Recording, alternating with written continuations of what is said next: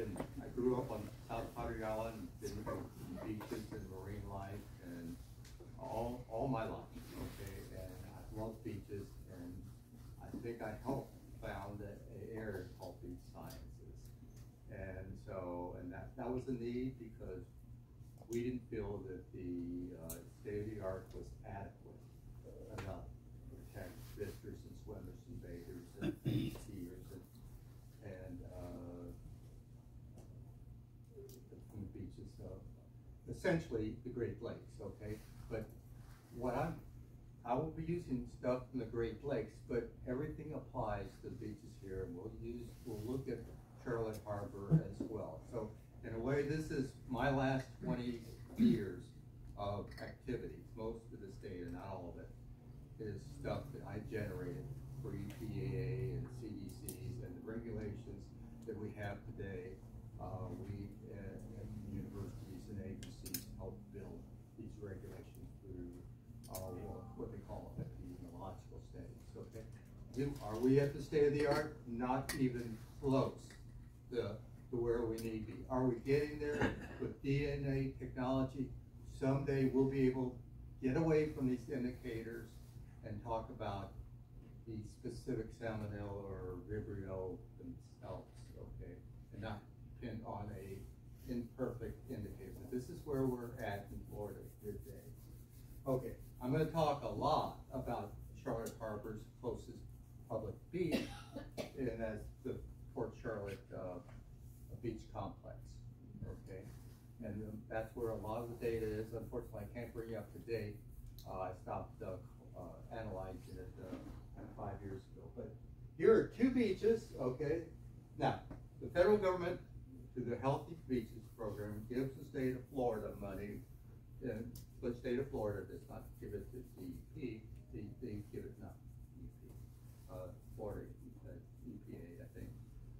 But they give it to the Department of Health, okay? And the Department of Health in Tallahassee gives it to Charlotte County, which then employs the person. Now, you get the money by the number of beaches you have, but this particular beach at the complex has 2 beaches 0.17 miles apart, okay? So it's like a couple of blocks, right? But you get twice the money. Michigan, they've got like, put out 100 beaches. They have huge shoreline. But that's how you get your funding, okay? But we're going to see how Charlotte County uses it. And I already told Brandon I'm not going to necessarily be complimentary. Okay. Now, this is the same beach, same hour, okay? So it's taken. This beach, which is less than 0.2 miles away, is open, and this beach is closed, okay? It's the same water, okay? Let's find out, okay? Let's find out how we could have this kind of contradiction. Okay, that's that. Is it the top one? No, side. Side. Right-hand side is forward, left-hand side is back. Okay, first let's do some definition. Fecal indicated bacteria, okay? They are indicators of sewage, okay? That's the way EPA sees it, and that's the way the state of Florida sees it. But it's really a part of a very large group.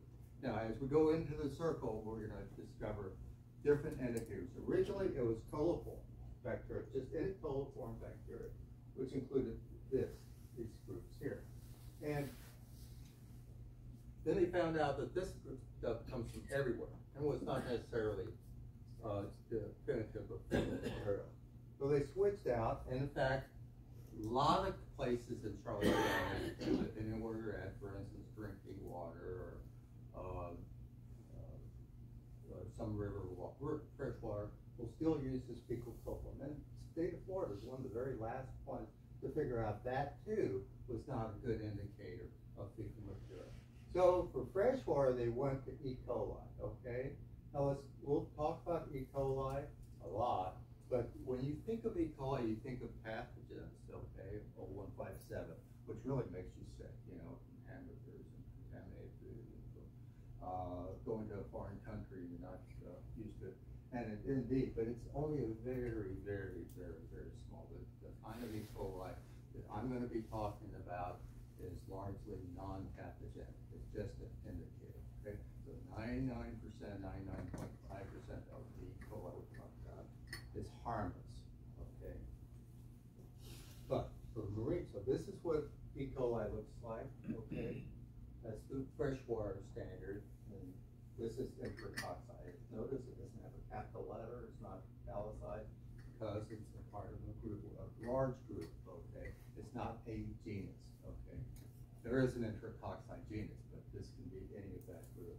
And when I talk about these, for our purposes, you can just mix and match because E. coli and enterococci follow one another. You can do a plot against each other. You won't get a straight line, but you get a pretty close line. And you can almost predict one from the other. Okay, and if you want to know more about this subject, you didn't read my book. Okay, this is everything you ever want to know about fecal bacteria. It's on Amazon. Used to be about $175 and discounted to $12 now. After like so a good friend of mine from the University of Miami, Helena Gabriel, took all the data for the whole state of Florida and mapped it. Okay, and the blue is the clean number of exceedances per year, less than our season, less than 2. Then it gets green, and you see a lot of these open beaches. Okay, they're really nice and clean. Okay, these are coastal beaches. They're open to the ocean, Gulf of Mexico. A lot of mixing, a lot of energy. Okay, we'll see. I'm going to teach you how to judge a beach by yourself without a scientist or without a regulator telling you if it's good or bad. Okay? Then we get into mixed.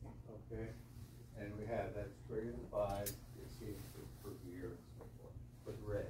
Okay, and you'll see we're going to concentrate on this dot right here. That's the Florida beach. And you see these red dots, okay, this panhandle, they're probably invaded by rivers.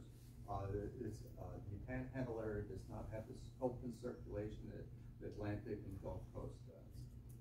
There's slack water. So wherever you see slack water, you see the accumulation of whatever it is, gold, crap, human feces, growing, material growing, and it stays. Okay, there's just not enough turnover.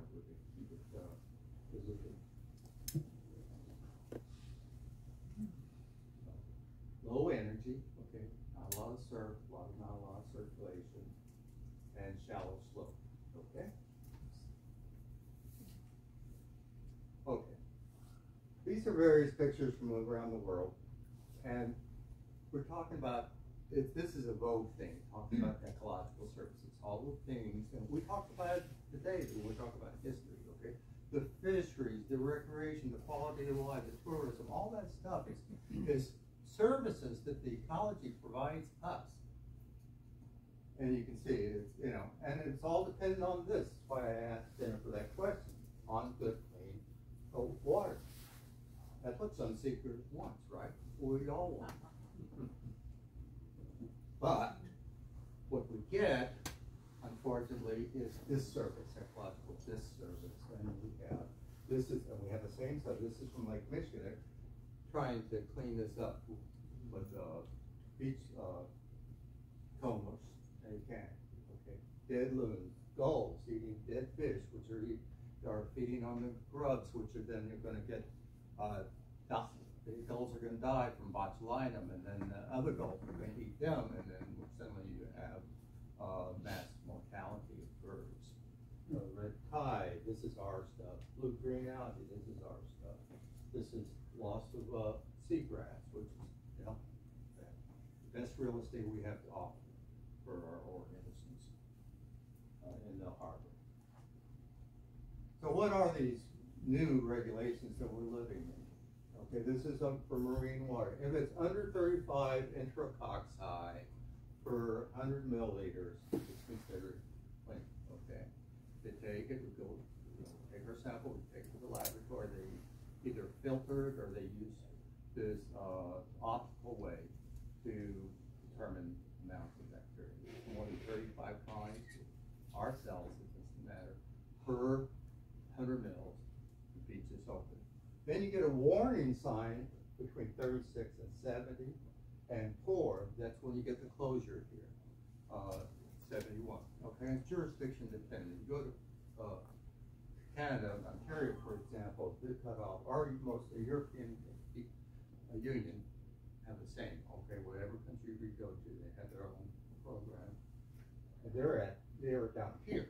Okay, they don't tolerate what we will tolerate.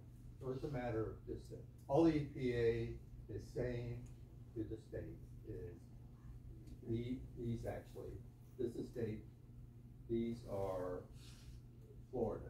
Okay, I'm not going to go in detail, but they stand for geometric mean and statistical threshold values.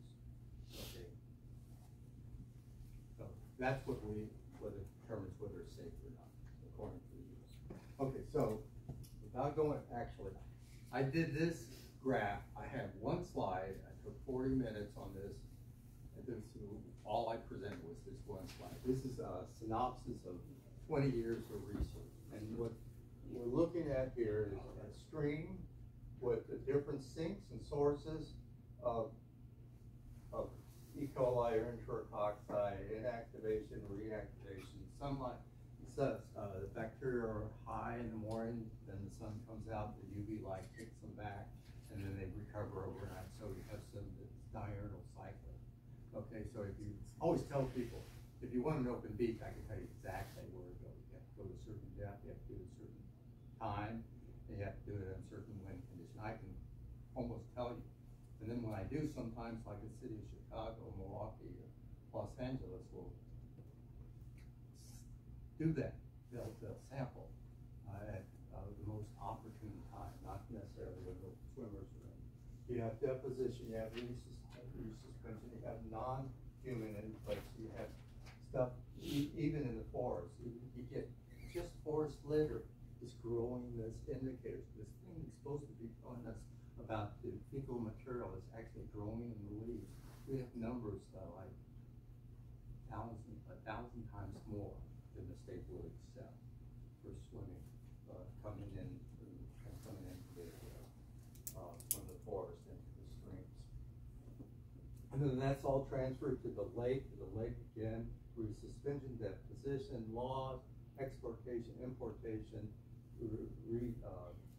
inactivation, death, reactivation when they recover it. But all they're measuring is this net right here.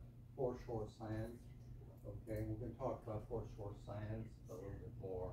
This is with and without plankton. You know, Brandon talked a lot about phosphorus and nitrogen being the limiting factor. Well, for these guys, and that's important. But the most important thing is carbon. They need carbon to grow. And so we can just add plankton and increase the amount of bacteria multiplication. So these are the bacteria in the sand. So when they close the beach, okay, what the managers tell you is the beach is not closed, the water's closed. So play on the beach. But guess what?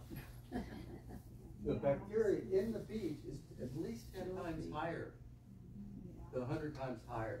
So when the kids are there digging holes, in a closed beach, okay, they're being exposed all too often to bacteria. This is not popular thing for EPA to say, but see, and they denied the first couple of years, and then they started to put in their models and actually do it in large settings. So again, I'm going to go back to Elena's work. Here they're trying to see just how much shedding we have. Okay, how much does the swimmers themselves? Okay, we have thousands of swimmers or swimming pool or what have you. And you sit everybody down, let them sit there in the little kiddie pool for a half an hour. You get out and you measure the bacteria that we call it the shed. Okay, we all have it. I can tell you, on the average, human being sheds about 1/10 of 1 gram. Okay, we have one biologist, University of Arizona, Gerba. Okay, give you an idea. He name his first kid Escherichia. For Escherichia coli. That's a shitty thing to do. He taught at the University of Arizona. And what he did was he had a class in microbiology, and he had everybody bring in their underwear. And he put it in a washing machine. And then they took that, you know, the first wash, and they took a pipette, they analyzed it, and that's how we came up with the shedding coefficient. Oh my gosh. Yeah. Okay. So where does it come from? Diapers. Okay. In this particular case, okay, she's getting just staphylococcus aureus, which is not pathogenic. 10 to the 6, 10 to 6 is a million cells. Remember the numbers we were talking about? Okay, we're 30, 50, a million. Okay. Well, what's happening here? Okay. How much is coming off here? Okay. Staph. From just rinsing the kid with the diapers, right? And MRSA, okay, that's antibiotic resistant. That's bad stuff. You get that, they don't make antibiotics to save you. Okay. Dogs and birds, okay, they're beautiful, but they poop like everything else. And she generated it 10 to the 5th, okay, 100,000 per gram, I think. Yeah, per gram. Okay, so what's the risk?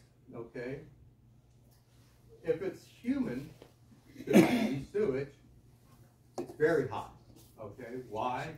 Because we have viruses, particularly, and viruses tend to be host specific, and so that means that you can transfer it very, very quickly between humans. Okay, but if it's animal or natural, then it's moderate. Okay. We don't really know. You might get a little salmonella. You might get sick. Okay. Just wash your food and drop it in the sand. But if it's environment stuff that I was studying, no one really knows. Okay. No one knows. I don't care who it is. So they know what the risk, an assessment, microbial risk assessment is for environmental bacteria in their life.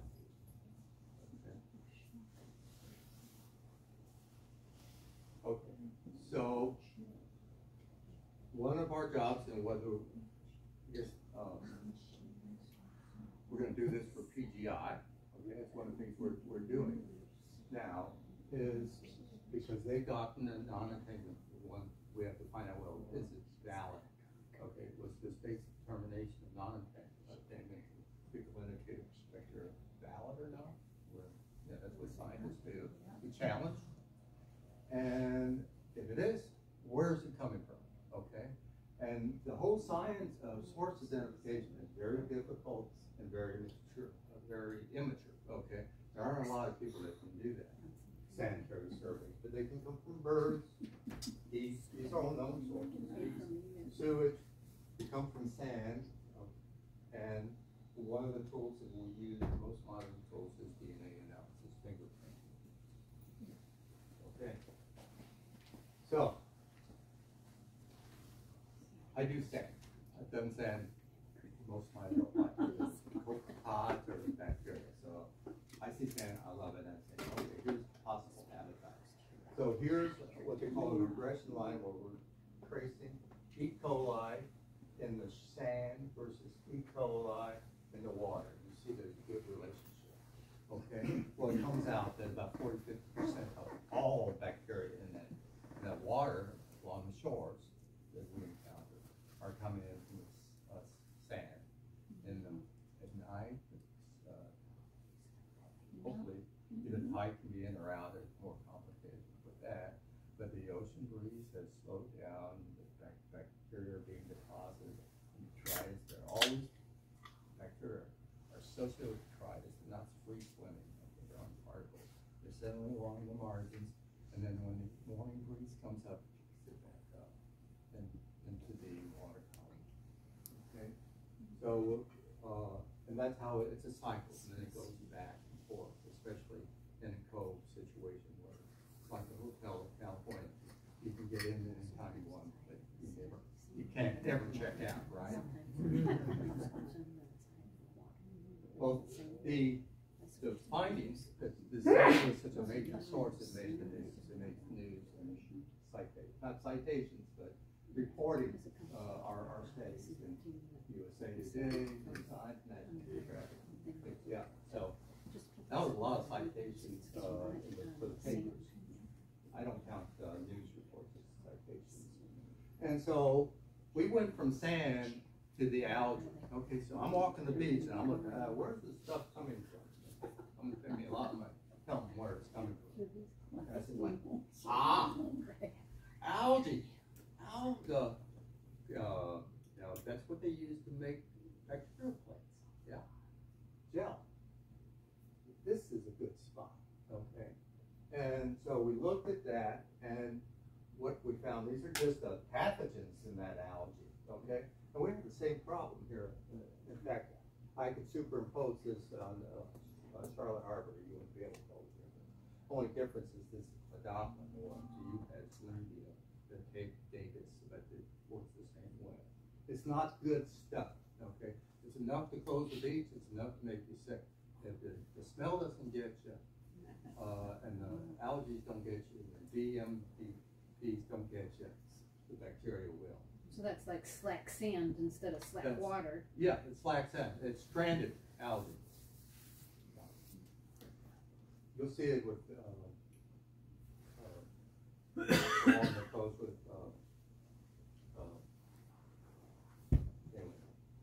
and this is just the algae. Here's a couple of beach goers.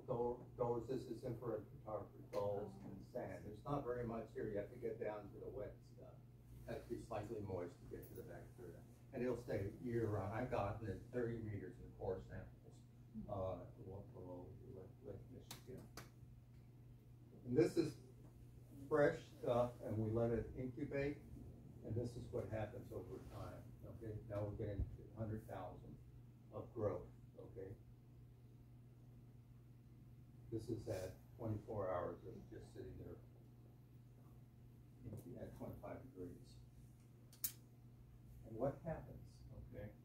You have this algae that starts to rot in the Great Lakes. The gobies start to eat off of that. They transfer that to these loons, birds, and they start massively dying. This is the Michigan coast, and these are all loons. They're botulinum. Okay. So I spent a lot of time. I think I published maybe 14 papers on rotting algae. So it concerns me. And you can see the totals here. This is submerged algae, the algae you don't see. They're still underwater. This is stranded algae. This is the open sand. This is sand under the algae, and this is water. Okay, but this is on a log scale, okay? And one of the reasons we do that is so that we can graph it all in one place, because there's a hell of a lot of difference than 10 to the 5 and 10 to the 1. Okay, so you can see the birds. This picture, this is submerged, exposed, stranded. You see this long pierce and so forth. Okay, new topic. So how do we tell whether the beach is okay to swim in? Okay, in this case, the county goes out there, it collects a sample from the beach. It takes it to benchmark laboratories. Benchmark laboratory, and they do the same thing if you have an infection, okay? And they grow it, and 24 hours later, they tell you what you swam in yesterday, okay? Now, and that's how, when I'm getting to that, how two beaches that are next to each other can be open coasts on the same day. Now, we developed, EPA developed, new DNA techniques called quantitative PCR, polymerase chain reaction. A lot of people know about that. Okay, this is just PCR, but when they tell you know whose kids they are, what crime scene, whatever, but it's quantitative, and it takes about 2 hours. Conceivably, you can take a sample at 7 o'clock in the morning and have the results by 9:30 waiting 24 hours to think what history was, which we've learned is pretty irrelevant. So when I got kicked out of the Park Service because they changed our funding, transferred us to the United States Geological. We had no money, okay? So what did we do? I said, I have this idea. Let's find out just how good our monitoring of the water is. So I said, how do I do that? Well, let me look at day one, what day he's taking the sample, and the day two, and the day we closed the beach. There was absolutely no relationship. And R squared of 1 would be perfect. This is not even random. This is random, is what it is. Here's another example of the same thing. This is the EPA guidelines. This is the bacteria the day it was taken.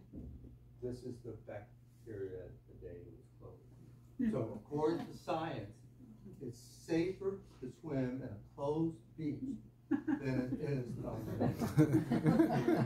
yeah. It's safer to swim in a closed beach than it is on an open beach, according to these statistics. Okay.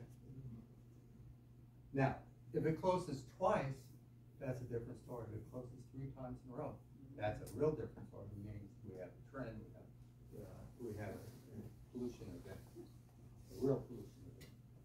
This not only changes by day, it changes by the minute. My friends at Stanford will tell you it changes every 5 minutes.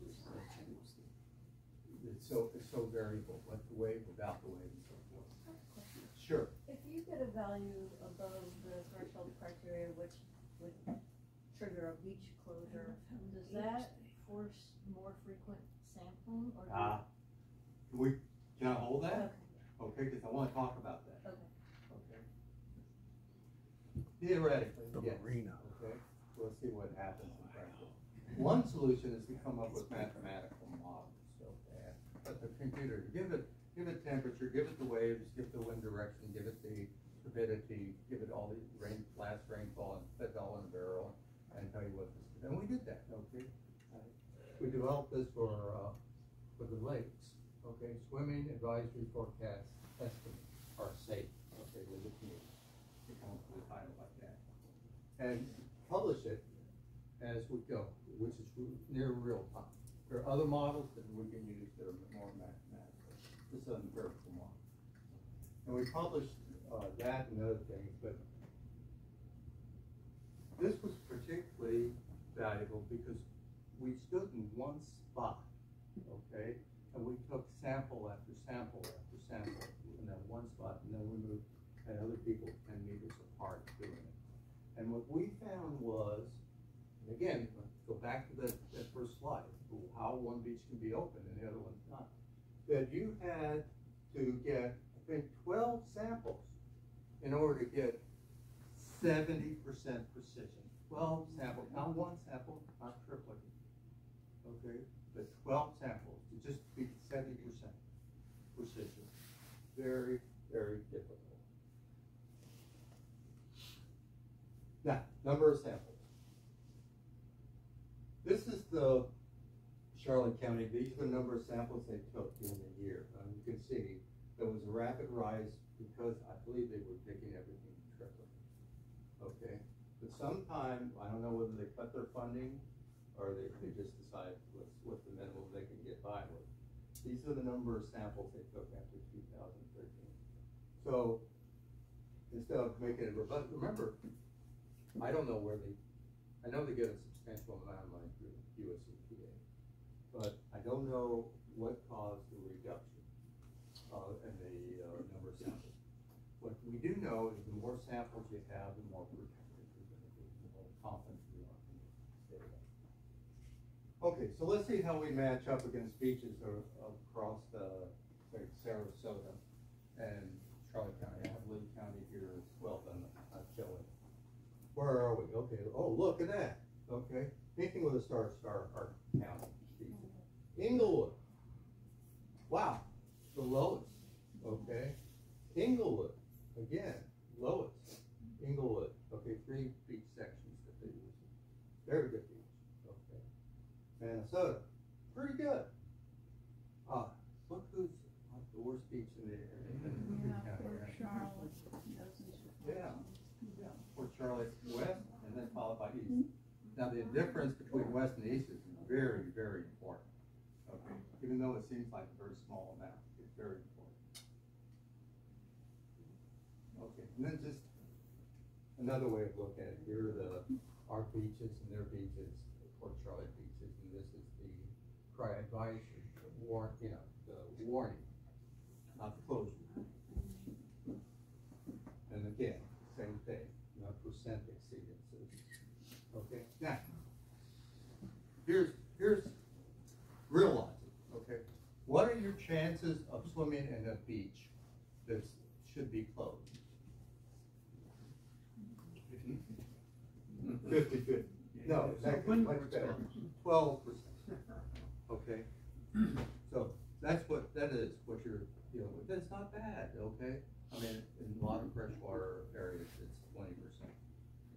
Okay, so if with me, I'm assuming it has a monitor, they can't tell me. I know generally whether it's good or bad, and I'm willing to take the chance.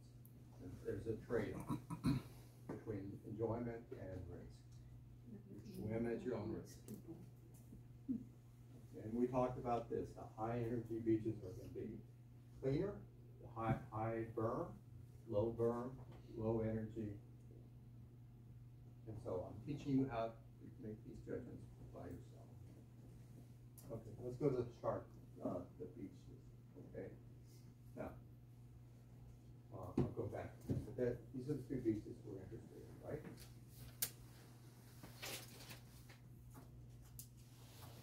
And one of the things I want you to notice are all the impervious surfaces that are good goal and runoff areas. Okay, let's go back to that first slide. What's the relationship between the east and the west? There is some, okay? But it's not really great, is it? Right? It'd be hard to put this on a cube here, okay? Which tells me that one sample is not enough to really tell you. And it also tells you that because they're pretty loosely related, there's a difference in the dynamics between the west side, the tip, and the east side. So what I did was I decided I'd run it against rainfall, okay?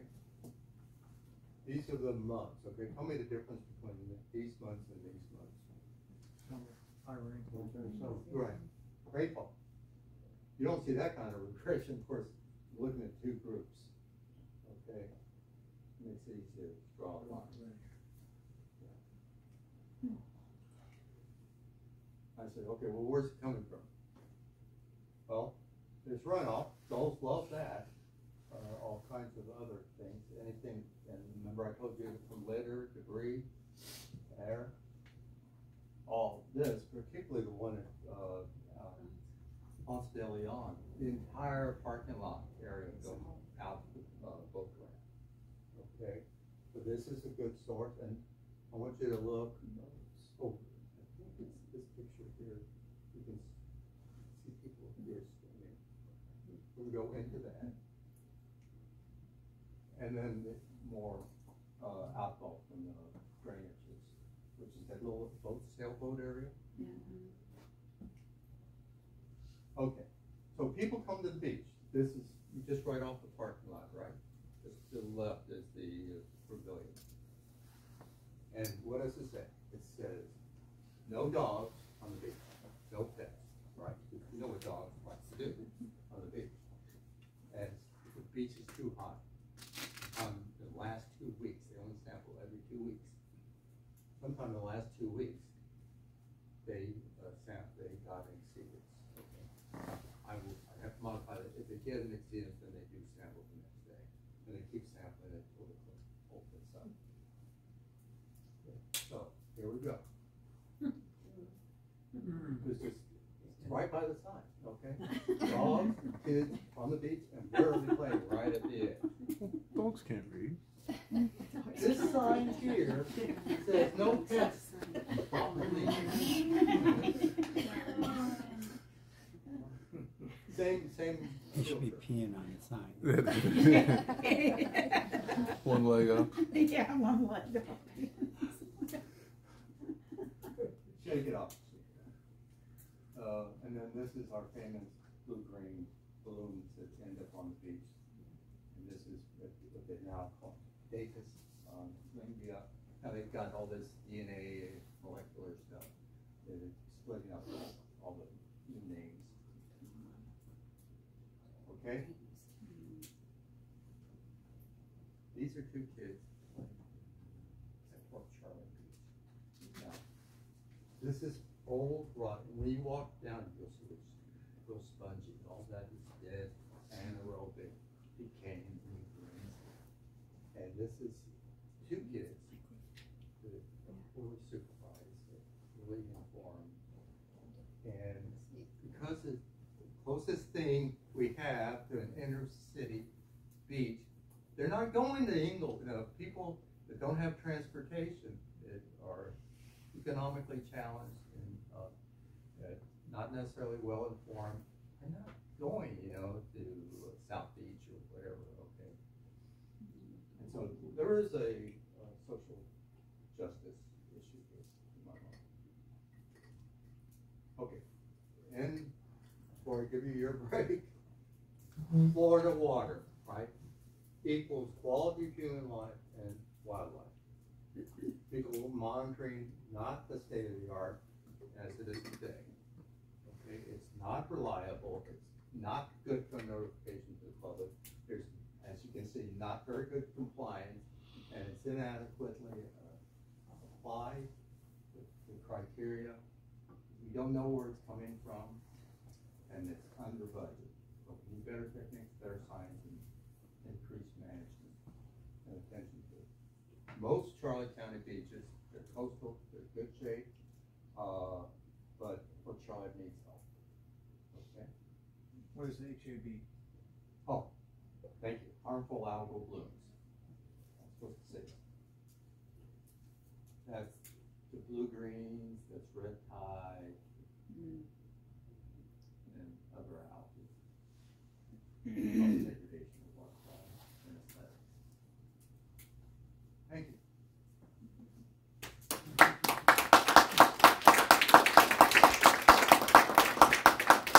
I'll take a few questions then give you guys a break. So the Port Charlotte Beach there is one beach, is it one side of the pier and the other side of the pier? Is that what Yeah, they're it's doing? separated by there's a playground on the, so we're facing the water, there's a playground on the left, Mhm. and then what's that called? You have one slide that showed that. Yeah. Yeah, Where's that slide there? There's a pier, a fishing pier, and there's a little the bit. pier is in the middle. So yeah, one not quite beach in is the on middle. one side and Yeah, one is on the well, that's the other thing is they go to the pier and they sample right next to the pier, you know where you can walk in? Yeah. And then they don't sample at the beach, they Uh, sample behind the pavilion. Okay. Why? Because it's the closest place to Uh-huh. get to, way to. Mm.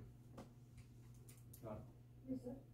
So we're okay. So the east beach is to the left, right, and the west beach is to the right. Okay. Okay. There was one Yeah. slide that showed right Yeah. there, There. that was it, back there. Yeah. So I've got my own theories.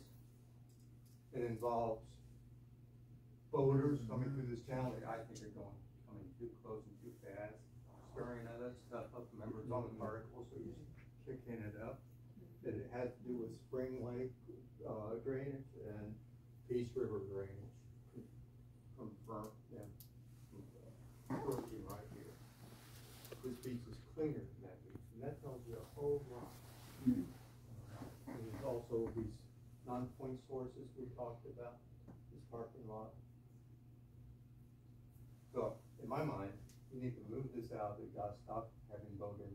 This is the boating beaches have to slow down. You can go pretty high throttle through there. You shouldn't be able to, and it shouldn't be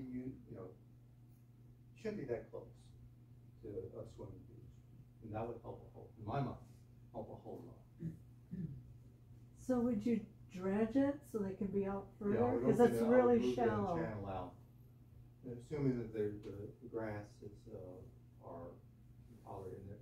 during times when the grasses were good, inshore grass, seagrass areas. Or alternately, you can't because we have seagrass there if we need, we can slow it down to, what? We can slow it down to no wake. Five roughly. There was a question? Dan. Okay, two questions, go ahead. Was there a question? Oh, you're gonna do Dan first? Okay, Dan? Yeah, I was gonna ask about, the canals, I don't know if you're gonna talk about those, but, like, the canals would be low energy, they would have, are they contributors to Yeah. the algae? My daughter, graduated from Port Gulf Coast, and she's looking for a project. And I said, why don't you do this, I'll analyze your samples, you take them for me. We started in my backyard, which is Upper Spring Lake, and we went over to the boat dock, Spring Lake boat ramp, okay? And then we went over to the beach, okay? We did 100 to 1 dilution and still couldn't measure it, it was over, I think. It was over 25,000, that's 100 to 1 dilution, over 25,000 at the canal. Remember what Brandon was talking about, all this stuff from the North Port through the, Midway area, all the way up, it's all draining, all those yards, all those, pavements and roads and so forth, and at the boat ramp, it was still over 25,000 per hundred. Remember, the number is 35 or 70, right? And then at the beach, it was like 20,000, about 10 to 15%. So Brandon will know a lot. He's having intercocci analyzed. But my answer is yes. It's all loading this up. Okay.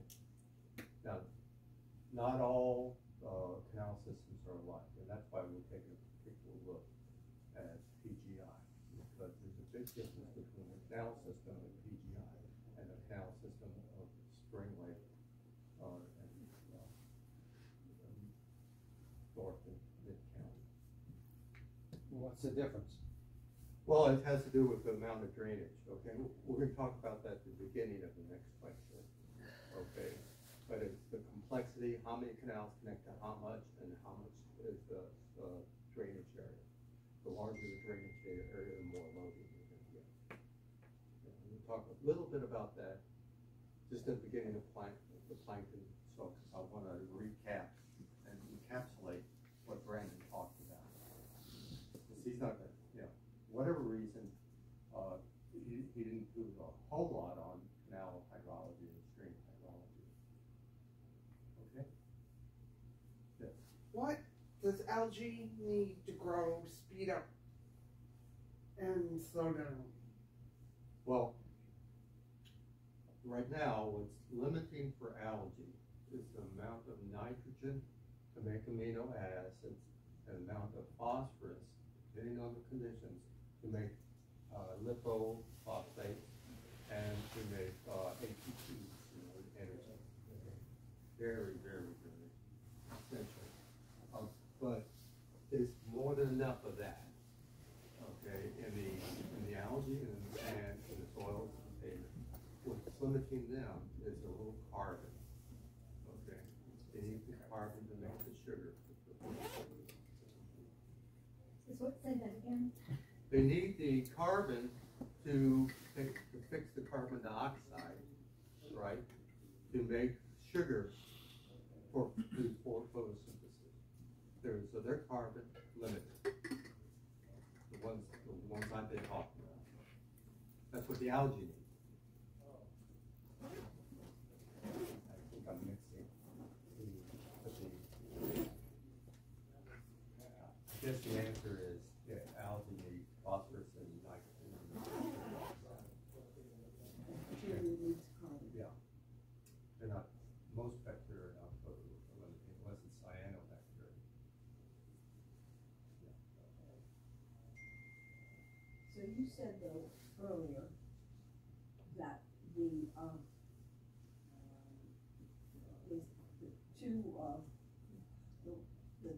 thing that they're testing E. coli and the other one. said they could come from anything, that they were not necessarily from fecal material. That's right. Does that mean that they're not as dangerous? Probably, yeah. That's what the first question to ask, okay, is what's the source? If it's sewage, septic fields, if it's, leakage, reclaimed water, that's a completely different story than if it's from birds, okay? It doesn't mean that birds or wildlife or dogs can't give it to you if you, carry out just probabilities are much lower. Okay. But that's what they're testing for. That's what they're For testing E. coli. It doesn't matter, yeah. And And they don't make the determination whether it's, which coli? No. Okay, so it's not really a very accurate test then. Right. Okay. Now, when we go into source identification, when we start doing it DNA, we'll start looking at caffeine, acetaminophen, and stuff like that. Stuff, fabric softeners, and we can tell.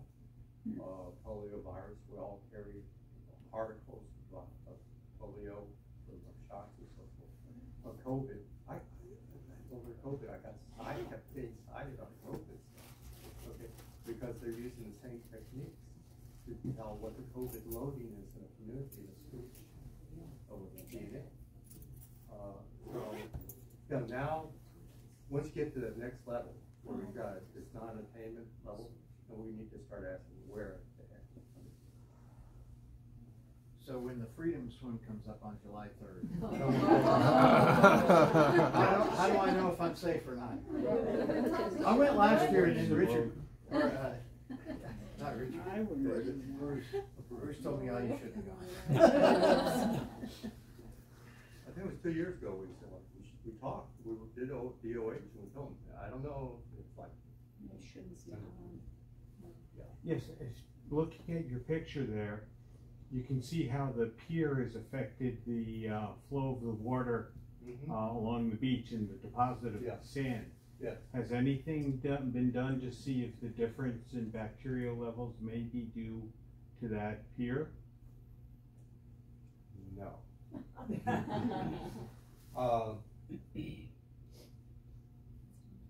This starvation over here, sand starvation and accretion over here, tells you an awful lot about the flow conditions. So this is obstructing, and I'm not a hydrologist, but I think you're onto something. Okay.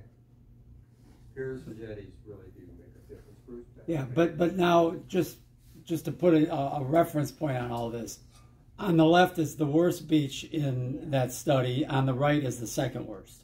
Sure. So when you say it's better, it's like getting shot twice compared to getting shot once by a gun. It's still not a great place. That's right. Statistically, with let's say 500 samples, you can show on turkey tests that they're different. And now you have Sunseeker east of the East Beach, and that will change that dynamic. That's right. The runoff. That's right. Especially the white sand. I'm hoping that Sunseekers might be turned into a positive, since they really should be caring about their water quality. Benefits when you have good quality water. Yeah. So should be a priority plan or a priority way to flush the canals then. Like there should be a master plan of how to set up canals that flushes better, that does better. Yeah. That, Any ideas? Like, well, like I'm saying right now, they're gonna be like dredging the opening to, where was it? Ponce de Leon, or not Ponce de Leon, Pirate Harbor. they're gonna be opening the gates to VSI to Burnt Store and that. They're gonna be creating wider openings. So is that gonna be a rush to flooding, or a better flushing of the canal systems, or both? Well, yeah. Both. What do you think? Well, I mean, water levels are getting higher. It's gonna come in at a greater force. There's gonna be more waters in the canal. It's needs to be discussed thoroughly before they go ahead and just do something. Don't they have locks in these channels? They're taking it out. Yeah, they do. They have spillways, and a lot of them that Brandon talked about don't flow except during the rainy season. Generally, the more turnover you have, the better it is. The more exchange between the ocean and our, the cleaner the water, the bacteria. But our problem is we have no upside entrance of water. The canals are dead-ended, so you got a lot of dead waters in there. Right. So there's not a lot of circulation. But And that's why I said there, you know, canal systems are made differently. I'm thinking of the Port Charlotte side where there is lots upstream flow drainages. They're trying to create more, open it more so they can keep that barge there permanently for the spoilage that they take out of the canals. They are. And for to open up the entrance to those places, then they have to take the spoils and put them up on the land until they need them to put them somewhere else. Wouldn't it be nice if they did hydrological models and made these determinations? Yeah, didn't they have something, they have a it's test site in the Keys, supposedly, I think. Hydrological, testing on that. That they do modeling. What's the fallout if you do come up with a way to flush those canals out, rather than letting that water become relatively stagnant and letting everything precipitate out and get encased on the bottom of those canals? If all those, I'll use a real scientific term, cootie bugs get flushed into the harbor, we can't grow seagrass now because of all the nutrients flushing into the water. If we suddenly have a 3-mile-an-hour current coming out of Ponce Inlet instead of going in at 3 miles an hour, you know, we may as well just throw away all of our fishing rods and our kayaks. That's the catch-22. I mean, the contaminants are ultimately going to settle down on the bottom into fine clays and particulates, and then we increase the flow and we suspend them into the water. So sometimes slack waters are actually like settling ponds, react in a positive way.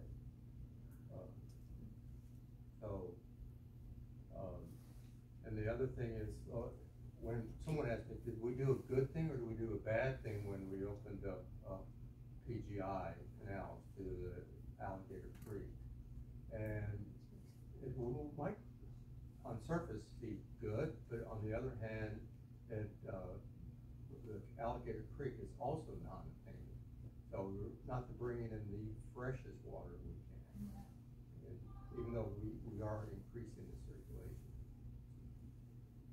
It's a mixed bag, but generally we did this field trip on the canals with PGI about a year or so ago, and water's pretty good there.